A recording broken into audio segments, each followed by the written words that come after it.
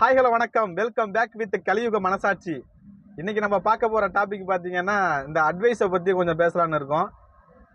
Advice இந்த காலகட்டத்தில் யாருக்கு பண்ணாலுமே பிடிக்கிறது கிடையாது. ஒரு காலகட்டத்திலலாம் பார்த்தீங்கன்னா அட்வைஸை வந்து மிகப்பெரிய அளவில் தன்னுடைய வாழ்க்கையின் முன்னேற்ற பாதைக்காக ஒரு அடிப்படையாக எடுத்துக்கிட்டு இருந்தாங்க. இப்போ உள்ள காலகட்டத்தில் பார்த்தீங்கன்னா இதுக்கெல்லாம் ஒரு பேரே வச்சிருக்கிறாங்க. கிரன்ச்சி, பூமர் அங்கிள், அப்படி இப்படின்னு நிறைய கான்செப்ட்லாம் போட்டு என்னென்னமோ சொல்லிட்டு இருக்காங்க. 2 நிமிஷம் பேச முடியல. எப்படி 2 நிமிஷம் பேச முடியல? 2 நிமிஷம் பேசினோம்னா அதுக்கப்புறம் 3ஆவது நிமிஷமே லைட்டாக கொஞ்சம் வேலை இருக்குது, போயிட்டு வந்துடுறேன், கொஞ்சம் இங்கே அவசர வேலையாக போகிறேன், அப்படி இப்படின்னு ஏதாவது ஒரு காரணத்தை சொல்லிட்டு நழுவி விடுவாங்க. நல்லா தெரிஞ்சுக்கங்க, வாழ்க்கையில் மிக முக்கியமான ஒரு விஷயம் அப்படின்னு பார்த்தீங்கன்னா அட்வைஸு எல்லாரும் எல்லாருக்கிட்டையும் சொல்ல மாட்டாங்க. நமக்கானவங்க நம்மவர்கள் மட்டும்தான் நம்மளுக்கு சொல்லுவாங்க. நமக்கானவங்கன்னு நான் ஏற்கனவே போட்டிருந்த பதிவிலே சொல்லியிருப்பேன். பழகிற எல்லாருமே நமக்கானவங்க கிடையாது, நம்மவர்களும் கிடையாது.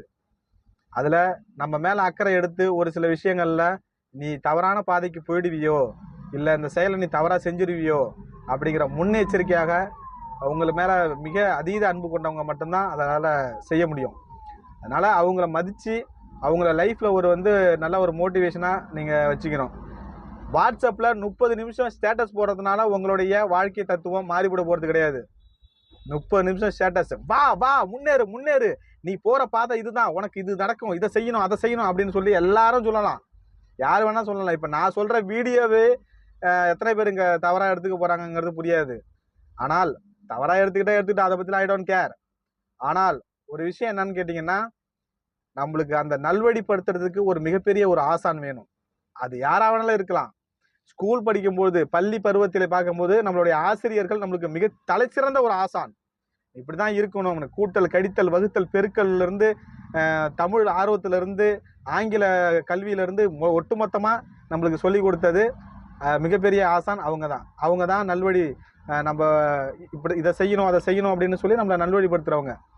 ஆனால் இப்போது ஒரு சில விஷயங்களில் நம்ம அதை பெருசாக கவனிக்கிறதே கிடையாது. 30 நிமிஷம் ஸ்டேட்டஸை போட்டுட்டு வீட்டில் உக்காந்துருந்தா ஒரு ஆணியும் பிடுங்க முடியாது. அது நம்மளுக்கு வாழ்க்கையை ஏதோ நமக்காக ஒரு செல்ஃப் மோட்டிவேஷனாக எடுத்துக்கலாம். நீங்கள் பார்க்கும்போது அடிக்கடி அந்த விஷயங்கள் உங்களுக்கு நீங்கள் பண்ணுற ஒரு இதாக இருக்கலாம். கேஜிஎஃப் மியூசிக்கை பார்க்கும்போது நம்மளுக்கு அப்படியே பீறிக்கிட்டு வரும், அப்படியே ஒரு மாதிரி வெகுண்டு எழுவோம். ஆனால் கேஜிஎஃப் படம் முடிஞ்சதுக்கப்புறம், இல்லை அந்த மியூசிக் முடிஞ்சதுக்கப்புறம் கரண்ட் சுச்சுவேஷனில் வாழ போகிறது நாம தான். அதெல்லாம் பார்த்து பக்குவமாக அந்த வாழ்க்கையை வாழ்ந்து முடிப்போம். வாழ்க்கையை ரொம்ப கடினம், அதை விட கடினம் இப்போ இருக்கிற சமுதாயத்தில். இந்த சமுதாய மாற்றங்கள் பல, அதில் நம்ம வாழ்கிறது மிக மிக கடினம். வாழ்க்கையை ரொம்ப கஷ்டமாக்கி விட்டுட்டாங்க. எளிமையாக வாழ்ந்துக்கிட்டு இருந்த வாழ்க்கையை ரொம்ப ரொம்ப கஷ்டமாக்கி விட்டாங்க. அதனால் பார்த்து வாழ போகிறது எவ்வளோ நாள் என்னன்னு தெரியல. ஒரு காலகட்டத்தில் இருந்துச்சு 100 வயசு நிரந்தரம் அப்படிங்கிற மாதிரி.